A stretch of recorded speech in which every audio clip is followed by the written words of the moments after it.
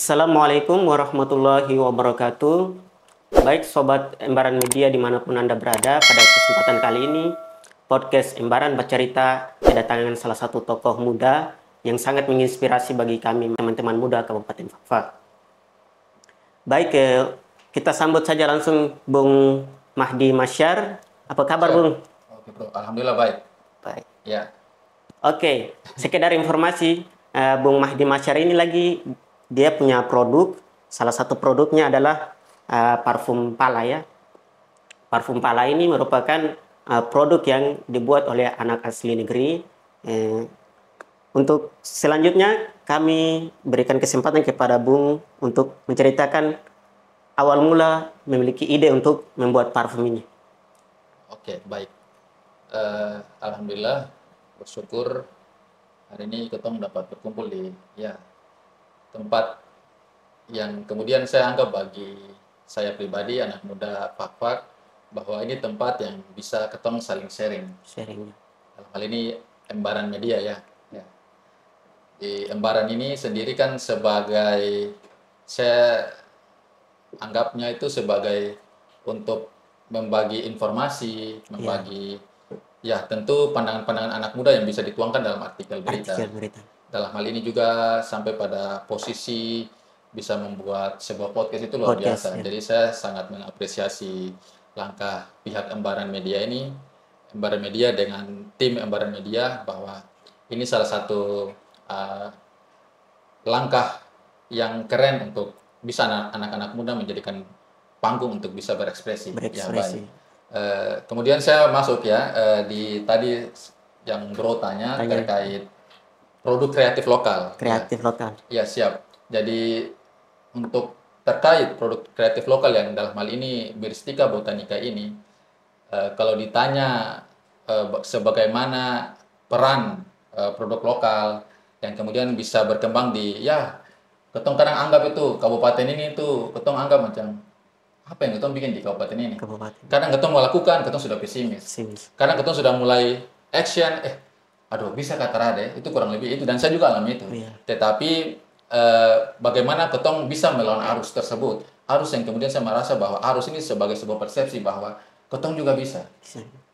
Bahasanya kan dong bisa masuk, ketong tidak bisa. Ya. Nah, ketong di dalam saya harus lebih bisa daripada apa yang dari luar yang datang kemudian bisa berkembang. Tetapi ketong juga jangan anti terhadap apa yang dari luar datang. Luar ini maksudnya berupa pikiran atau inovasi-inovasi untuk bagaimana ketong bisa berkembang. Nah, jadi saya kembali lagi tadi, kalau ditanya bagaimana mengembangkan produk atau terinspirasi dari mana, saya pribadi itu tentu ketong sebagai, saya rasa juga bro sebagai nanmi regindik heriat baham atau sebagai pemilik pusaka begitu ya. Pusaka ini dalam artian bagaimana ketong bisa kembangkan ketong punya SDM, itu yang saya maksud pusaka. Jadi pala negeri Fakfak dan atau yang biasa saya pahami bahwa biasa disebut itu Henggi Tumandin itu, bahwa ini menjadi ikon gitu. Artinya saya sendiri yang generasi milenial itu tahu bahwa Fakfak ini kota pala. Nah, kota pala ini kan bukan berarti kita cuma hanya PT pala pi di Kabong langsung pulang pi jual. Ya, tidak hanya aktivitas itu. Nah, tentu ada sebuah inovasi yang kemudian saya bersama salah satu person startup, Saboban Onin & Co. itu yang kemudian hasil dari binaan, hasil dari apa ya bahasanya, ketong berekspansi dari sebuah yayasan. Jadi saya pribadi bersama kakak saya Nafan itu, dia memberikan saya ide atau bahkan kritik dan saran untuk Dix, ini yang kau lakukan di Fakfak, ini yang kau lakukan di Fakfak ini ya sudah tadi saya bilang. Saya membawai sebuah produk dengan Saboban Onin & Co. Kemudian kakak saya juga dia membentuk sebuah yayasan. Kakak saya membentuk sebuah yayasan yang kemudian ketong bisa tadi saya katakan berekspresi. Nah, dari yayasan Saboban Onin Maju ini kemudian secara komersil kita berekspansi dengan Saboban Onin & Co. yang kemudian kita ada buat produk turunan. Dalam hal ini terinspirasi dari pala negeri Fakfak dan atau Henggi Tumandin tadi. Dan ini berupa wewangian atau fragrance. Mungkin bro bisa dibuka ya Bang. Kita lihat unboxing kayaknya. Ya, unboxing. Ya, beginilah bentuknya teman-teman. Ini adalah parfum pala yang Ini Bahan dasarnya pala ya Bang? siap. Ini contoh ya, bro, ini mungkin saya tambahkan sedikit. Ini kan 10 mili. 10 mili. Jadi ada beberapa varian dan atau juga ada beberapa produk packagingnya begitu. Ini keluaran produk per 2024 yang kemudian ketong bikin dia punya kemasan atau botolnya begini itu 10 mili. Yang sebelum-sebelumnya itu ketong ada kolaborasi dengan Mama Fakfak. Nama Oh iya. apa ya? Yang biasa pada umumnya sebenarnya kalau mungkin saya kutip tanda bahasa adat itu kemudian biasa dong bilang itu tumbiong atau lopa-lopa. Lopa-lopa. Pada umumnya dong lopa-lopa, tapi saya biasa kutip dari saya punya Mema Freddy dari Sanggar Seni Tomandili. Sanggar Seni Sang Tomata itu beliau katakan bahwa yang sering ketong bilang itu dia anyaman kecil itu tombiong. Tombiong. Gitu. Nanti mungkin para sahabat-sahabat Embaran bisa kalau mau kepo tentang yang biasa disebut dalam bahasa Baham atau seni-seni anyam-anyam itu bisa lihat di Facebook itu Santo Mata. Santo Mata. Iya, Sanggar Seni Bahamata itu sama Mema Freddy Warpopor kalau tidak salah. Ya, siap. Jadi saya kembali lagi tadi ini 10 mili. Nah, ini 10 mili yang kemudian ketong bikin dia punya packagingnya itu begini. Dari sebelumnya itu ketong tadi pakai tumbiong itu toh lopa-lopa yang dong biasa bilang, tapi yang bahasa adatnya itu tumbiong gitu. Mengapa? Karena tadi ketika produk ini jalan kemudian juga ada bisa membuka mama dong punya produk-produk yang tadi itu anyam-menganyam itu yang kemudian ketika produk ini terjual kemudian dong punya anyam-menganyam tadi juga pun ikut dalam proses packaging ini. Kalau biasa tuh dong bilang bro, seberapa banyak? Begitu. Seberapa banyak juga mau dijual. Tapi kalau dari pihak Saboban Onin Co juga bisa menjawab bahwa ketong ini kan dalam artian secara bisnisnya dan atau secara penjualan. Ketong juga tidak semena-mena tentang apa bahasanya. Ketika ketong jual ini dia keuntungan sekian. Ya itu bahasa yang umum digunakan ketika ketong menjadi seorang pedagang atau yang mungkin bahasa kerennya pebisnis, pengusaha. Tetapi ketong juga lihat bagaimana idealisme dari sebuah produk ini jalan.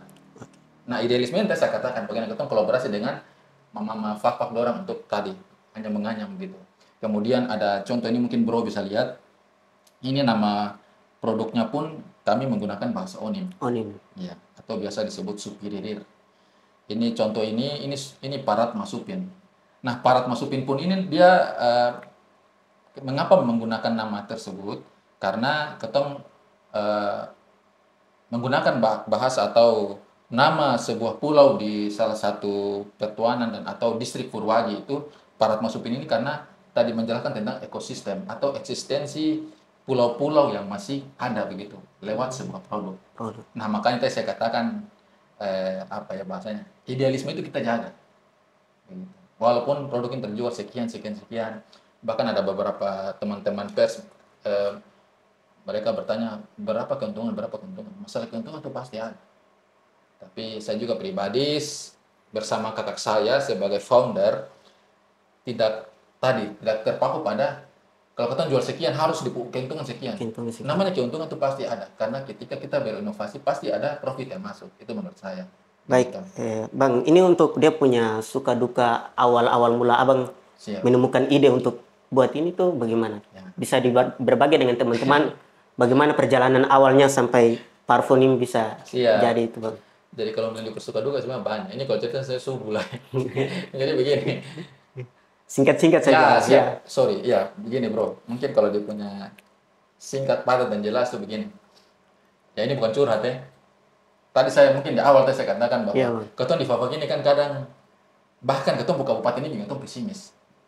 Artinya bukan berarti ketong kabupaten Fafak ini begini, tidak. Tapi tugas ketong secara personal, kelompok dan atau ketong sebagai Heriat Mani ataupun dong biasa bilang ketong ini dan sebagainya. Tapi apa yang ketong berikan untuk daerah ini? Nah, sikap tadi yang kemudian bikin saya optimis. Nah, kalau ditanya suka duka itu begini, jujur. Saya pribadi bersama kakak saya, justru kakak saya memotivasi saya. Kakak saya Nafan itu dia katakan bahwa cara ini atau tadi kamu membuat produk kreatif lokal ini sudah menampakkan bahwa kalau dari segi ekonomi itu ekonomi komparatif yang tidak dibutuhkan, yang tidak ada belum tentu ada, yang belum tentu ada di tempat lain. Dan pala ini kan sebagai komoditi. Pala ini sebagai komoditi. Komoditi ya. Komoditi pala negeri kan cuma ada di fak-fak. Pala Fak-fak negeri ya. ya, hingga Pala negeri. Tomandin cuma ada di fak-fak. Nah, kemudian tadi bikin produk turunan tentu pasti demand-nya. Supply and demand itu bisa memotivasi kamu, saya atau saya bersama Sabobon Online Co dan juga Yayasan Sabobon Online Maju bisa berinovasi terus di samping produk kami terjual. Dan saya itu masuk dari kantor ke kantor. Jangankan dari kantor ke kantor, bahwa biasa yang datang di Fapak pun bertanya, biasa DM lewat direct message di Instagram, di Facebook, karena kami jualan juga di Instagram dengan Facebook, itu salah satu marketplace kami.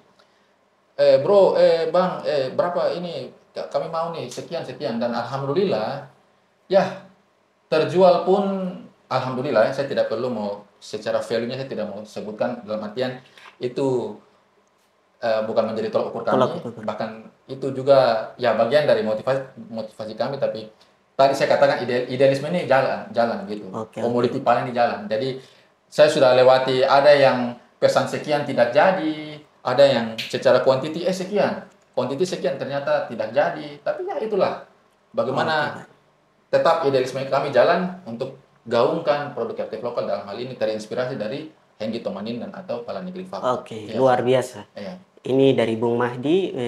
Baik teman-teman yang belum kenal lebih jauh tentang Bung, boleh iya. Mungkin Bung bisa cerita sedikit tentang Bung atau memperkenalkan diri kepada teman-teman mungkin yang belum tahu. Beliau ini adalah salah satu pembuat parfum di Pala, parfum Pala, dan merupakan salah satu tokoh muda yang sangat menginspirasi bagi kami kaum muda. Amin. Baik ya, Bung bisa perkenalkan diri dulu sebelumnya. Ya, oke, baik. Terlalu asik toh? Iya, terlalu asik ya tadi. Narasumber juga dia punya satu kali tembak juga, jadi ketemu langsung get to the point-nya langsung ini. Jadi oke sih bro. Jadi kalau di apa bahasanya ya dong biasa bilang apa, tak kenal maka tak sayang. Tak sayang ya.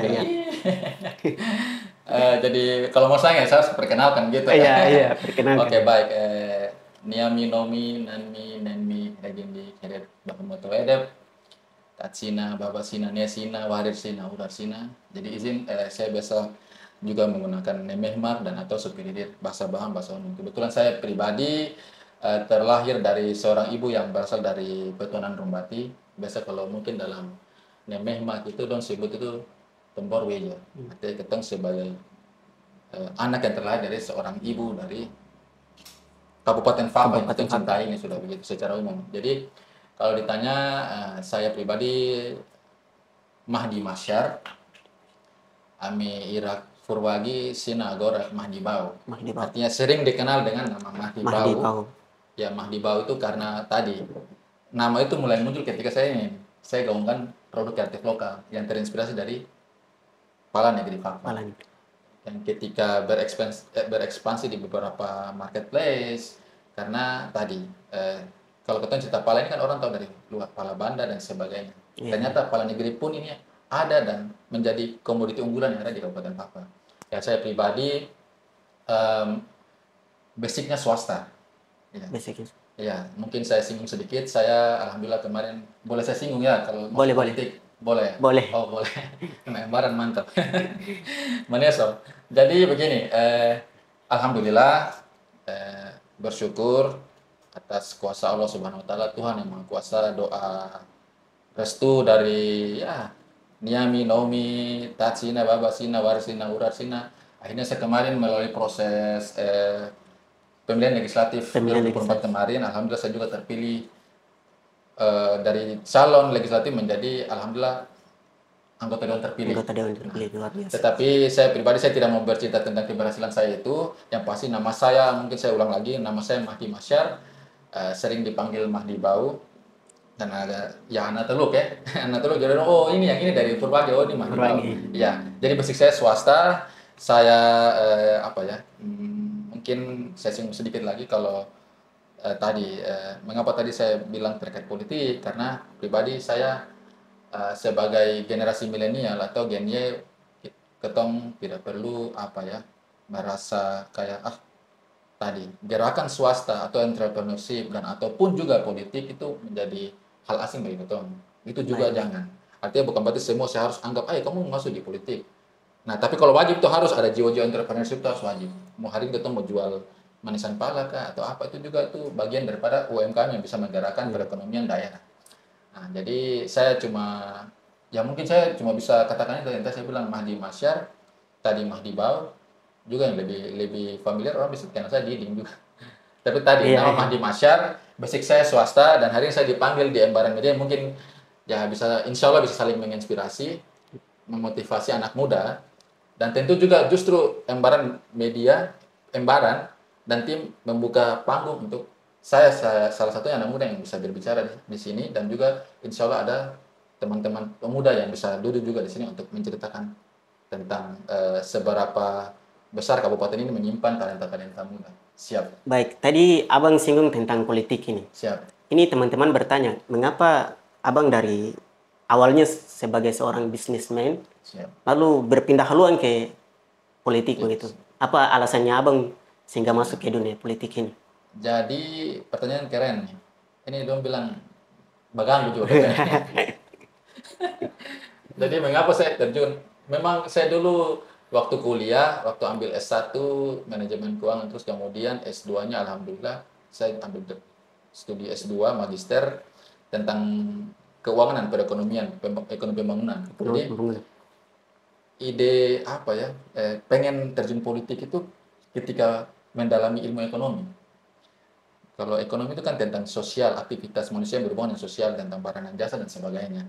Nanti sampai pada supply and demand dan sebagainya sampai ya begitulah.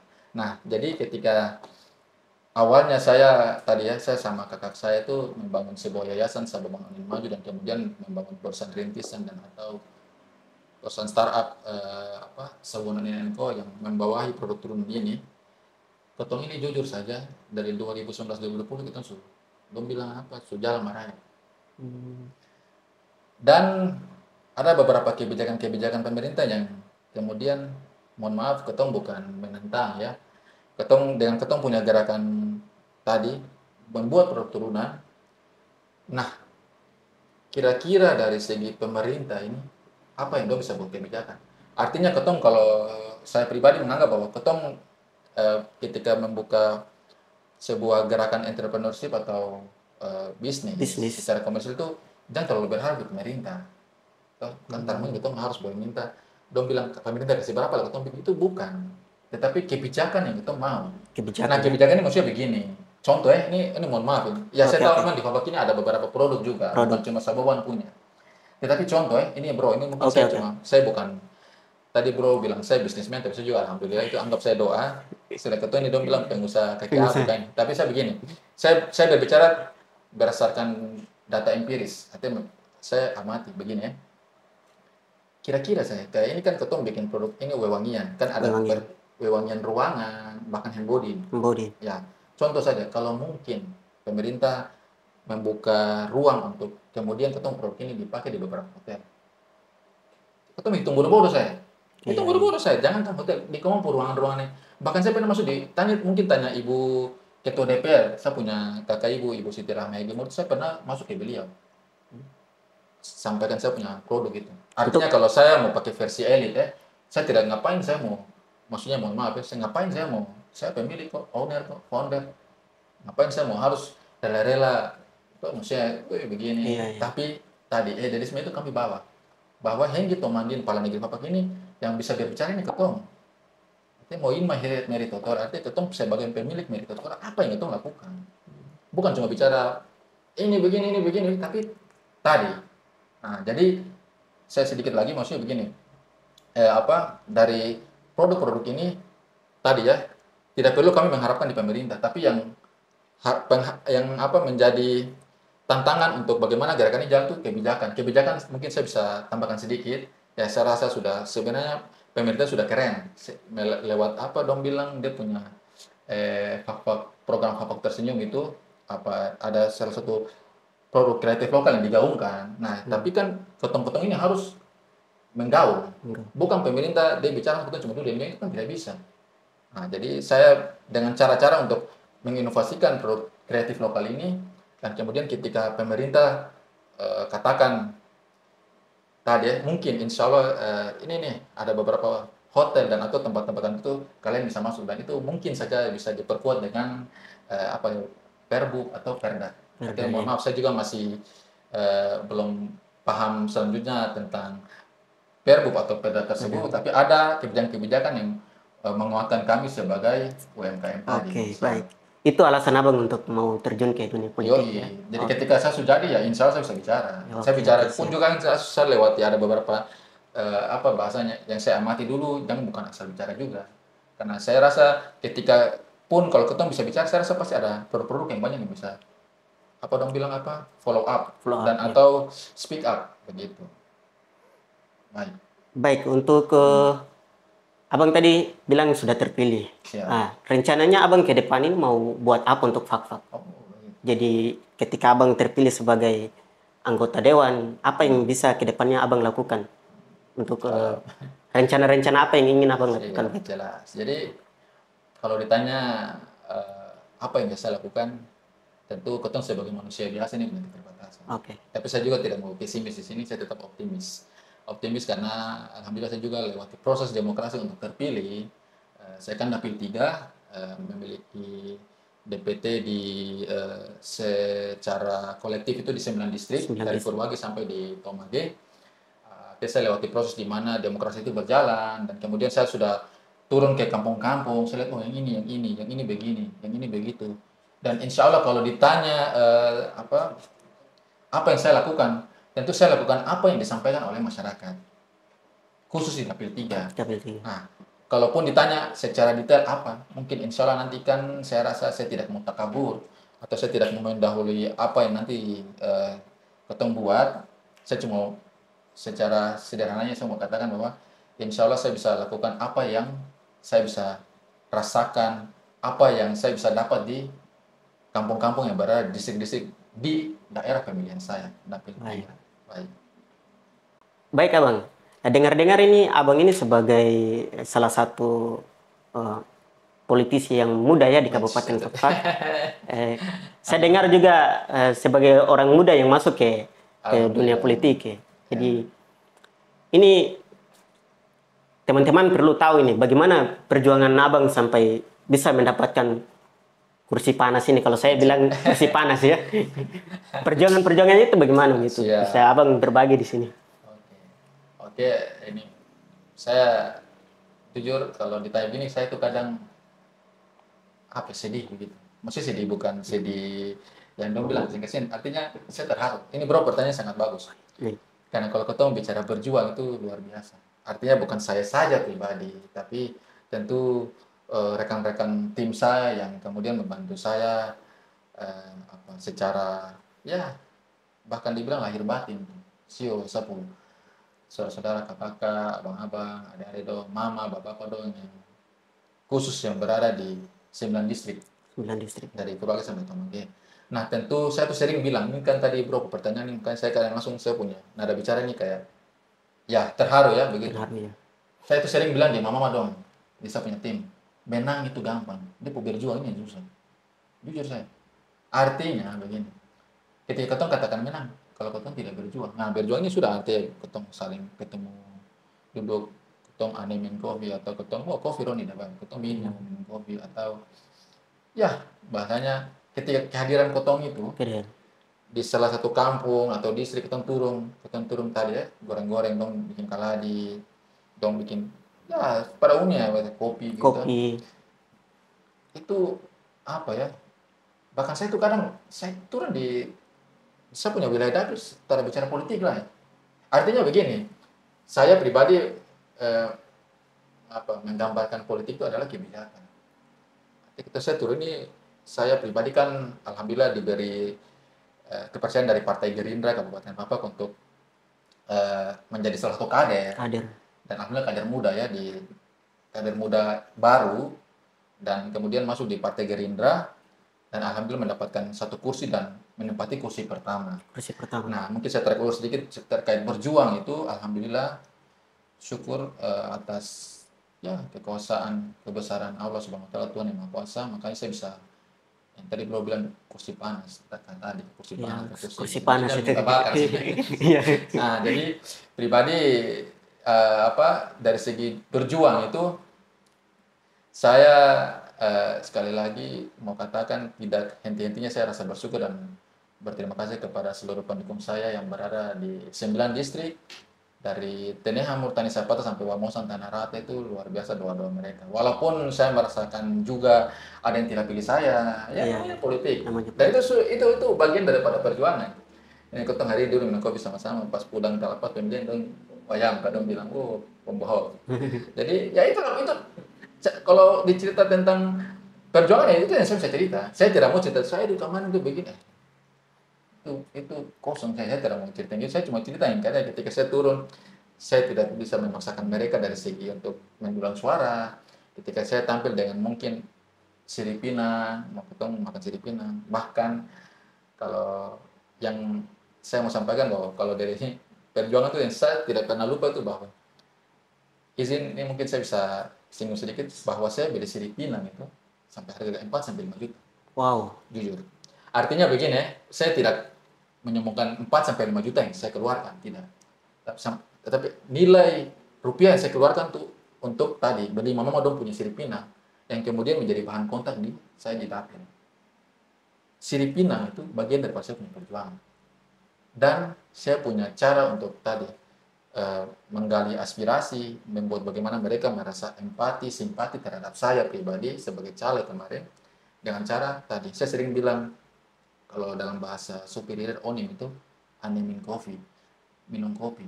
Saya kebetulan dapil ini kan pantai gunung, dapil yang sangat tertantang begitu. Dan tadi terkait perjuangannya itu minum kopi, turun siripina, Pinang. kalau direbus, kalau digoreng, itu kan berjuang. Karena saya tidak mau cerita kalau kemarin ketika saya lolos sebagai anggota Dewan Muda, saya cerita kemarin saya tuh begini. Saya tidak mau, bahkan saya tidak mau kayak seolah-olah saya menceritakan keberhasilan saya yang melangkahi apa yang ditentukan oleh Allah ke Tuhan yang Maha Kuasa. Baik. Jadi mungkin itu yang saya bisa berbagi. Baik. Baik teman-teman, di Dapil 3 ini juga kita tahu bahwa di situ ada salah satu investasi terbesar ya Bang. Mungkin Abang juga tahu tentang investasinya. Salah satu perusahaan besar juga di situ. Dengan nilainya yang sangat fantastis gitu. Bagaimana Abang melihat peluang-peluang ke depan untuk sebuah investasi yang besar di sana? Kalau mau bilang ini di dapilnya Abang juga ya? Yoi, gitu lagi. Oke. Ya, kalau tanggapan saya terkait PSN ya, Proyek Strategis Nasional. Itu salah satunya PKT Pupuk yang berada di Petonan Arguni atau distrik Arguni. Tentu bagi saya pribadi yang menjadi tanggung jawab saya sebagai anggota dewan terpilih yang kemudian nanti di September ya. September. Tapi tentu saya sudah dong bisa bilang center dari sekarang apa yang kira-kira kita lakukan. Nah tentu saya rasa secara yang saya update info ya, tentu Pupuk Kaltim ini menjadi salah satu primadona atau salah satu langkah besar pemerintah pusat dan daerah yang kemudian mengeksekusi sebuah investasi besar. Nah, jadi langkah yang saya lakukan tuh begini, saya mungkin sekedar berbagi bagaimana ketong sebagai khususnya anak-anak yang berada di anak muda yang mencari lapangan pekerjaan yang ada di distrik Arguni, itu kemudian menjaga ketong punya karakter untuk membangun SDM. Karena saya juga pribadi tidak bisa mendahului untuk ini yang dilakukan, karena ini kan juga lagi sementara berjalan. Mungkin pesan saya adalah menjaga sikap, karakter sebagai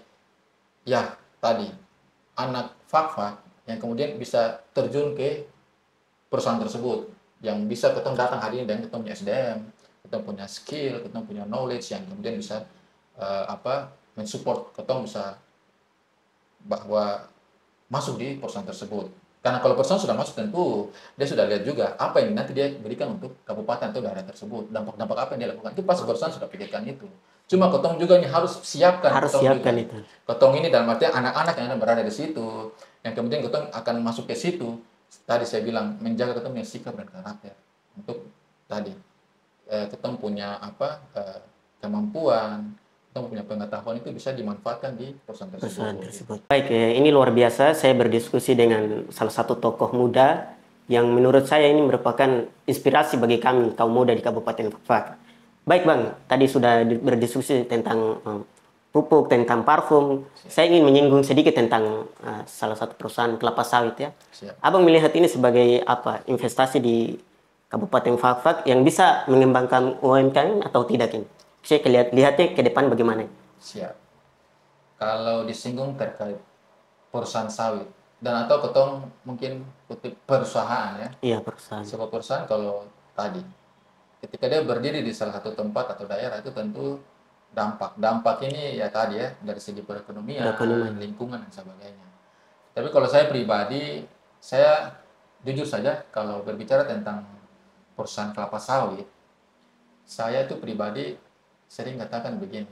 Mungkin teman-teman atau sahabat-sahabat Embaran bisa melihat podcast saya sebelumnya bersama Bro Mamat dengan tim podcast apa ya waktu itu podcastnya saya juga lupa ya. Lupa ya. Artinya begini, mereka singgung terkait perusahaan kelapa sawit yang Kelapa berada sawit, di ya. Tomage, Tomage. di situ Tomage. Kalau saya itu pribadi begini, investasi itu tidak jahat. Tetapi kalau bagi saya dampak lingkungannya ke depan akan mengganggu. Saya pribadi katakan bahwa mungkin saya akan sedikit bersuara. Bersuara ini saya tidak langsung menentang, tidak. Tetapi saya pribadi bahwa untuk kelapa sawit itu tentu ada kajian-kajian tertentu yang saya baca. Artinya saya tidak sedang menggiring opini ya, tapi dari segi lingkungan hidup itu kurang prospek ya. ya. Tetapi tadi saya katakan investasinya tidak jahat.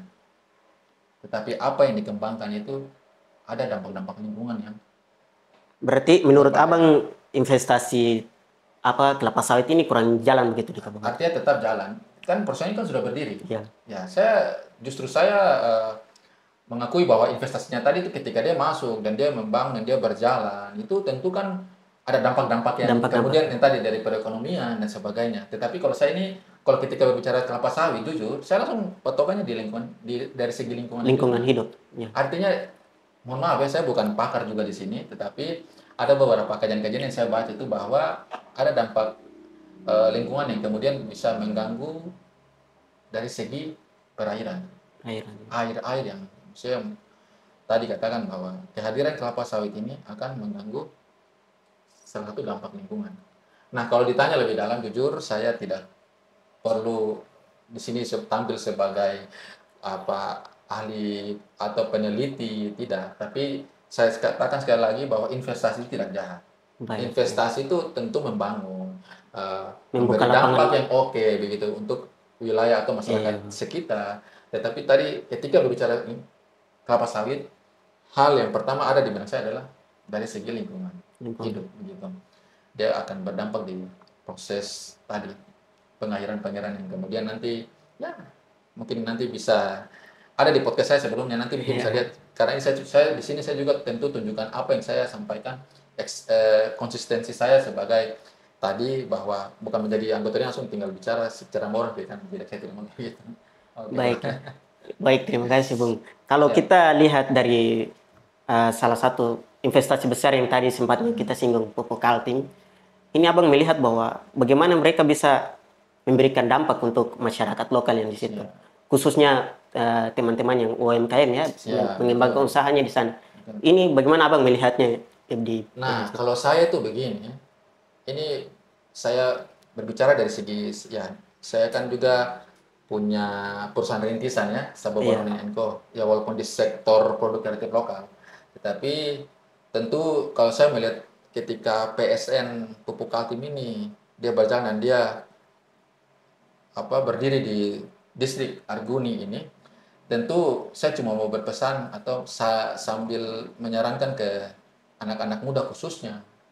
Tentu kan situ juga ada mama dong nanti, tapi khusus untuk anak-anak muda. Tadi saya kembali lagi bahwa jaga sikap, jaga karakter untuk kemudian mengembangkan SDM. Nah, ketika perusahaan tersebut kan ini contoh saya, distrik Arguni ini kan yang berada di pesisir. Pesisir. Nah, tentu dompu ikan paling banyak. Nah, saya sudah pernah lihat salah satu koperasi NMM Jaya ya, NMM Jaya. Oh, yang di Argun itu Ya, ya? mohon maaf bisa diralat kalau saya salah, tapi saya tahu saja NMM Jaya. NMM Jaya. Itu kelola ikan. Justru saya dari Purwagi, anak Purwagi pun saya terinspirasi dari mereka. Kenapa? Karena cara mereka mengolah atau memproses atau bagaimana ikan yang mereka ambil itu dijual ke perusahaan. Kalau tidak salah itu mereka jual ke LNG dan atau sebagainya. Nah, mungkin langkah yang bisa saya sambil mensupport ke depan itu, saya sebagai anggota dewan terpilih, mungkin ada langkah-langkah yang bisa saya mensupport itu adalah bagaimana vendor atau tadi gerakan-gerakan entrepreneurship dari sektor-sektor perikanan ini ketong gaungkan. Nanti juga kan ada sayur-sayur atau di darat mungkin karena apa dong yang kemudian bisa disuplai ke perusahaan tersebut. Itu hal mendasar yang kemudian menggerakkan ekonomi.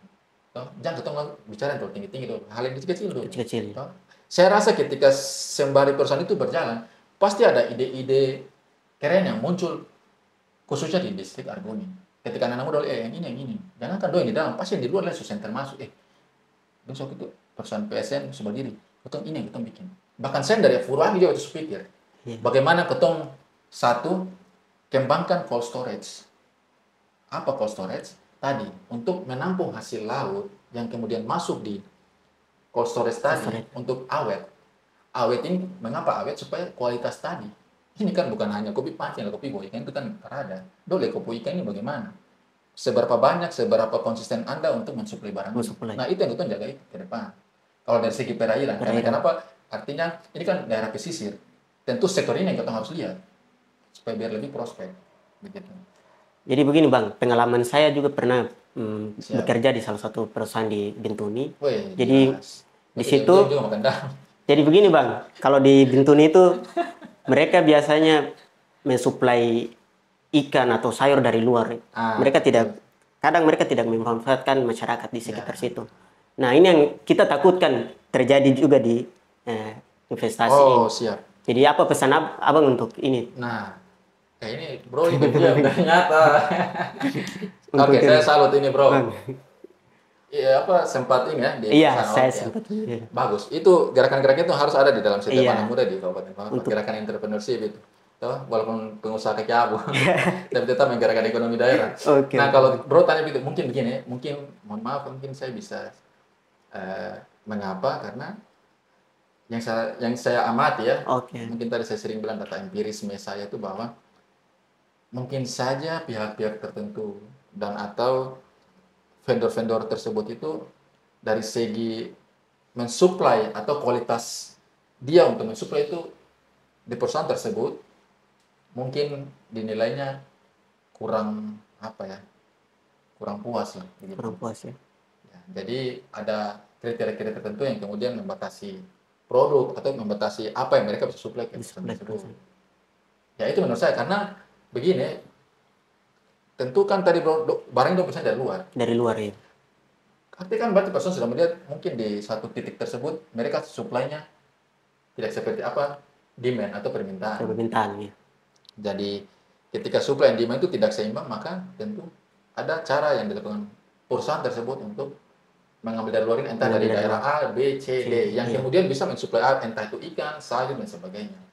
Nah, kalaupun kita tarik dulu ke PSN, insya Allah pupuk Kaltim ini berjalan, saya rasa pribadi masyarakat adat atau tokoh-tokoh masyarakat, tokoh agama bersatu dan juga kepala-kepala kampung, baperkam berdayakan anak muda, mama doang yang ada di sana untuk bagaimana ketong lihat peluang ini. Karena jangan ketong terlena dengan perusahaan besar masuk terus ketong ini juga di situ ya, ketong bisa jangan dulu ketong lihat apa yang ketong bisa berikan, dampak apa yang ketong bisa jemput. Untuk membuat sebuah produk atau mensuplai sebuah apa yang bisa dikasih di perusahaan tersebut. Iya. Jadi sekali lagi saya bilang bahwa sikap karakter untuk bangun SDM itu kita harus jalan. Nanti kita tinggal lihat ini apa yang kita harus lakukan, ini apa, karena pasti akan dengan sendirinya pasti akan datang ketika kita mau untuk berinovasi begitu. Baik, terima kasih Bung Mahdi. Pada kesempatan kali ini kami dari teman-teman media ingin mengucapkan banyak terima kasih Bung sudah hadir, sudah meluangkan waktu. Beliau ini adalah salah satu pemuda yang sangat sibuk ya. Kalau menurut saya beliau sudah terpilih sebagai anggota dewan dan memiliki banyak-banyak kesibukan di luar itu. Tetapi terima kasih Bung sudah menyempatkan waktu untuk hadir. Baik, yang terakhir ini Bang. Siap. Dari teman-teman ingin adanya harapan dan motivasi. Apa harapan dan motivasi untuk teman-teman Oke. Embaran Bacarita? Jelas. Motivasi ya.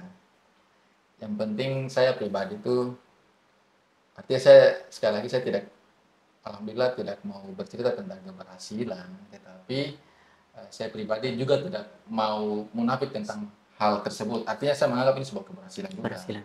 Tapi saya pribadi bagaimana dengan kehadiran saya dari sebelumnya basicnya swasta dan atau tadi menjalankan sebuah yayasan, terus sebuah perusahaan startup, perusahaan rintisan, terus kemudian terjun di pemilihan legislatif atau secara bahasa umumnya ya politik. Saya tentu tuh begini tadi, ketong buat arus pemuda khususnya. Mengapa demikian? Karena ketong ini sebagai pemilik, bila ketong bilang hak ulayat dari bonus dari demografi.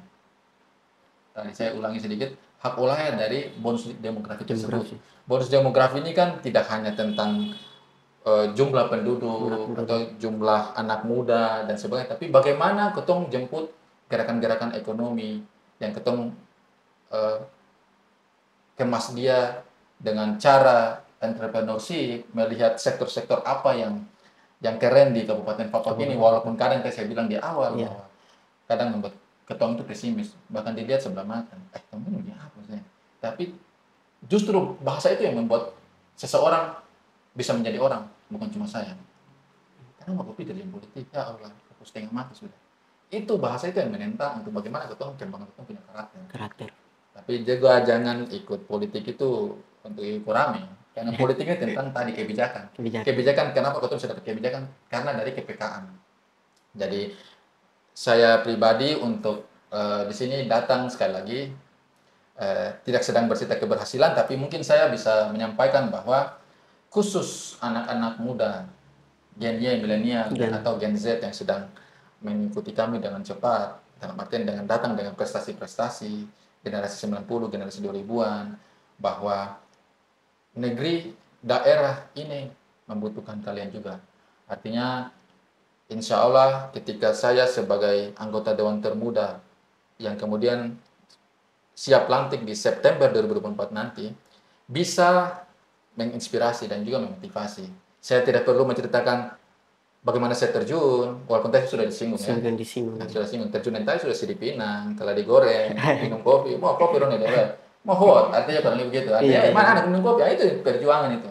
Kan saya selalu bilang menang itu gampang, berjuang itu yang susah. Makanya berjuangnya berdua bangku kaki, berarti kewayaran.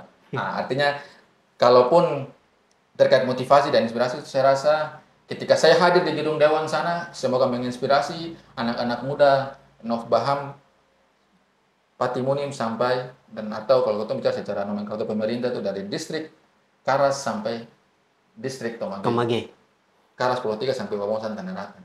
Dan secara khusus anak-anak muda yang berada di distrik Purwagi, Patipi, Kokas, Arguni, Kayauni, Karamamongga, Banggandara, Tomage, Imabo, Ita, Faseisa, untuk Wodor, Goro. Artinya ketong semua mari, ketong bersatu, keluarga besar bersatu, anak-anak muda bersatu, bapak mama dong untuk mari bangun negeri ini.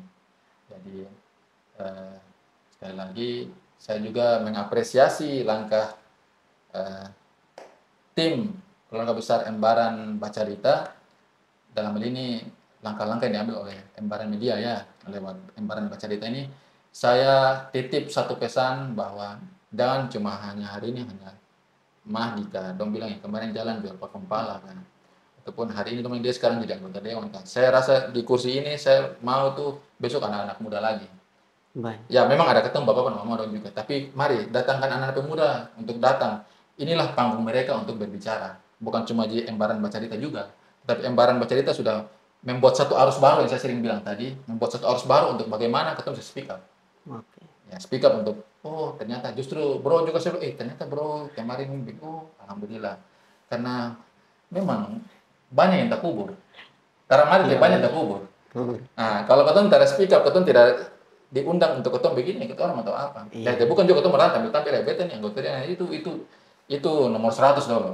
Ketika Embaran membuat satu panggung ini, maka akan timbul dan datang pemuda-pemuda yang lebih hebat daripada saya, insya Allah. Baik, terima kasih Bang Mahdi sudah hadir di podcast Embaran Bercerita. Baik teman-teman, bagi yang mau ingin bergabung atau ingin berbagi inspirasi di podcast Embaran Bercerita, bisa menghubungi nomor yang di bawah ini. Bagi tokoh pemuda, tokoh masyarakat, tokoh adat, atau bakal-bakal calon bupati, bisa berbagi inspirasi di sini. Jadi kami membuka peluang untuk siapa saja yang ingin berbagi inspirasi di sini. Satu kutipan terakhir, ada salah satu lirik lagu dari distrik Kokas. Itu dia bilang begini, Kokas itu urak mutiara. Artinya mutiara itu berada di dasar laut, ketika dia muncul, dia menjadi mahal.